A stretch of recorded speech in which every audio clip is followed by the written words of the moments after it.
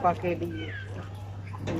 बाप को हम तेरे शुक्र गुजार है कि आप हमें बार बार मौके फराहम करते हैं कि ताकि हम बार बार आपके खूबसूरत और प्यारे कदमों में झुककर आपको सजदा करें। और आपका इंसान को बनाने के खास मकसद था ताकि इंसान आपकी हजूरी में झुका रहे, आपके नाम से दुआ करे और आपकी पैरवी करता रहे। बाप आज के पाक कलाम के वसीला से जब हम इस दुनिया और हालत से जब कूच करें, जब आप इस जगह से कूच करने के बाद है बाप, जब तेरी हजूरी में तेरी बारगाह में जब जाएं, मैं बाप को हम शर्मिंदा ना हो, हम शर्मसार ना हो, ताकि जिस इंसान का, जिस बेटी का, जिस बेटे का ईमान टूटा होगा वही हमेशा की जिंदगी में जाएगा।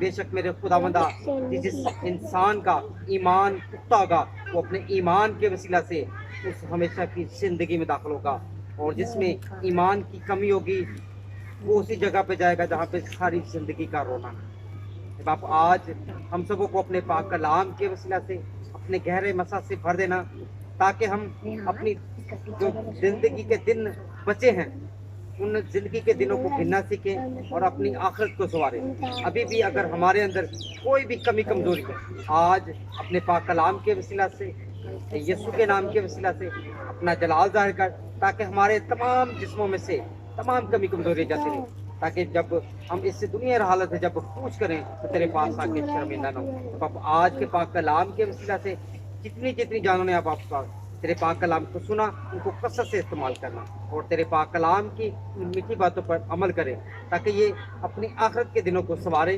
और तेरे पास जाते वक्त अपने आप को शर्मिंदा ना करें।